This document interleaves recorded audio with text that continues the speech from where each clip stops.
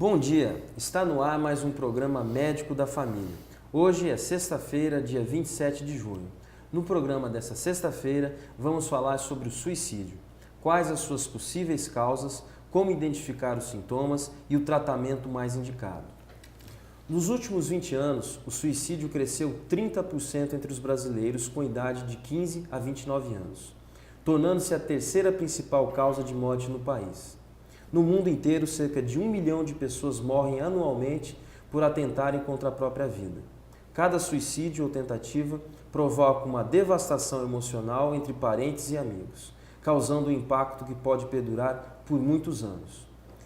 E sobre esse assunto eu vou conversar com o médico psiquiatra Dr. Jubeti Antônio de Souza, também professor, preceptor e meu amigo. Bom dia, Dr. Jubeti. Muito prazer em tê-lo aqui no nosso programa. Bom dia, Dr. Kleber.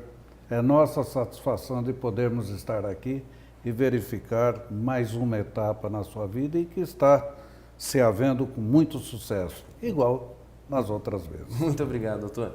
Doutor Jubeti, minha primeira pergunta será o seguinte: o que pode levar uma pessoa a tentar o suicídio? Dr. Kleber, uma grande quantidade de fatores, mas o maior mesmo, o mais presente, é um quadro clínico chamado depressão. A depressão ela é uma doença que ela se apresenta sob diversas formas, então as pessoas acreditam que depressão seja tudo igual, e não são, existem quadros diferentes, mas que todas as pessoas deprimidas graves, de 15% a 20%, fazem o suicídio. Não é que tentam, cometem realmente. Então, a maior causa do suicídio é a depressão. Existem outros fatores. Os fatores, por exemplo, das pessoas usuárias de drogas, e que hoje é um problema muito grande no Brasil, banalizado, visto e estudado com muita leviandade, mas que nós sabemos que parcela significativa dos dependentes químicos terminam cometendo suicídio, seja por causa da depressão associada, seja por conta da depressão decorrente, ou seja por conta dos quadros alucinatórios delirantes que a droga produz. Uma outra fonte grande de suicídio são os pacientes esquizofrênicos. Os pacientes esquizofrênicos, que ainda se trata de uma doença de grande preocupação no nosso meio, de 12% a 15% dos pacientes esquizofrênicos se matam, se suicidam. Não é que tentam, se matam realmente. Seja pelo fato de não aguentar a pressão, de não aguentar o sofrimento, ou mesmo em função dos seus quadros alucinatórios delirantes.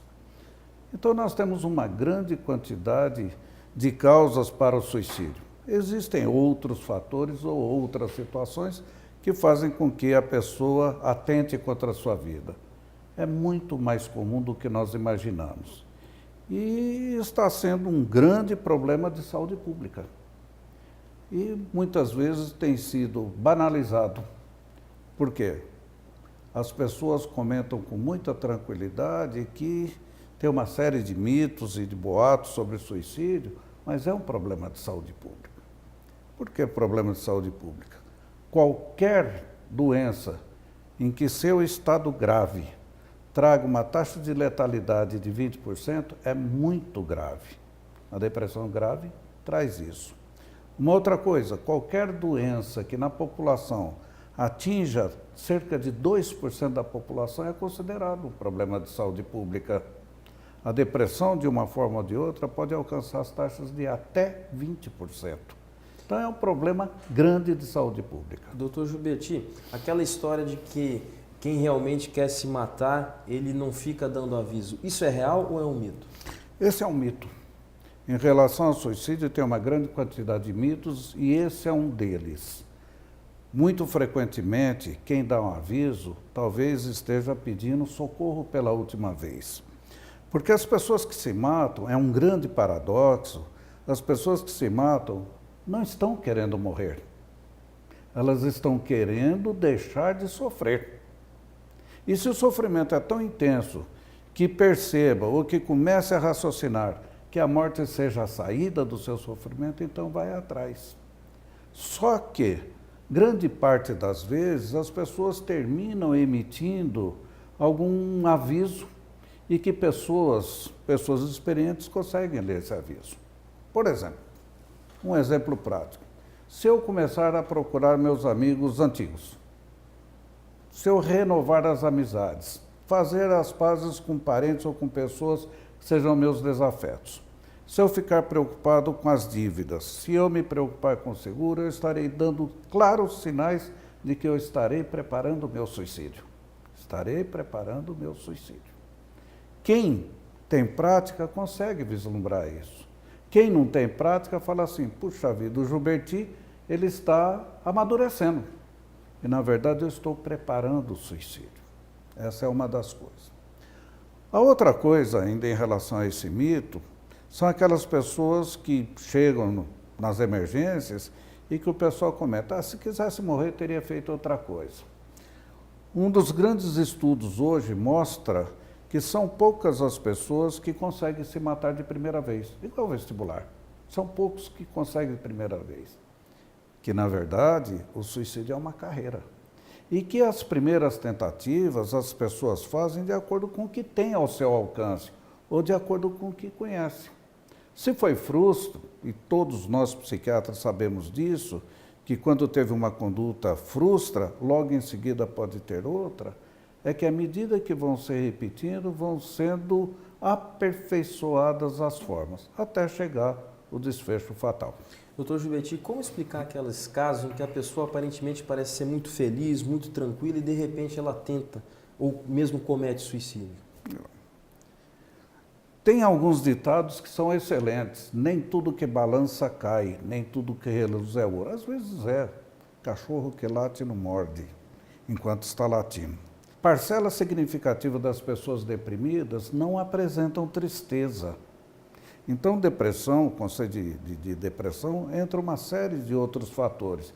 E nem sempre a tristeza está presente. E tem um quadro clínico chamado depressão sorridente. Depressão sorridente. E que a pessoa aparentemente está bem, está alegre, é bom vivã, boa praça, etc. Mas o vazio está lá dentro. E só as pessoas que conhecem com mais profundidade é que podem verificar isso. E uma variante disso é aquela pessoa que está tranquila e de repente comete suicídio. Estava alegre, fica tranquilo, que é a tranquilidade sinistra. Tranquilidade sinistra. Então precisaria ter muita prática para verificar isso. É que nós dizemos que a depressão, seja com tristeza ou não, ela é interna. Não é à toa que lá atrás o pessoal falava que era a doença da alma, naquele velho sentido. É porque os sintomas não estão na aparência. Quando nós vemos uma pessoa cabisbaixa, com roupas escuras, cabelos despenteados, expressão de tristeza, esse é apenas um dos quadros em que a pessoa já se mostra. Grande parte das pessoas deprimidas não se mostram tristes e nem chorosas. Perfeito. Doutor, nossa conversa está excelente, mas nós vamos a um intervalo comercial e já voltamos a falar sobre esse assunto tão importante. Não saia daí, já voltamos.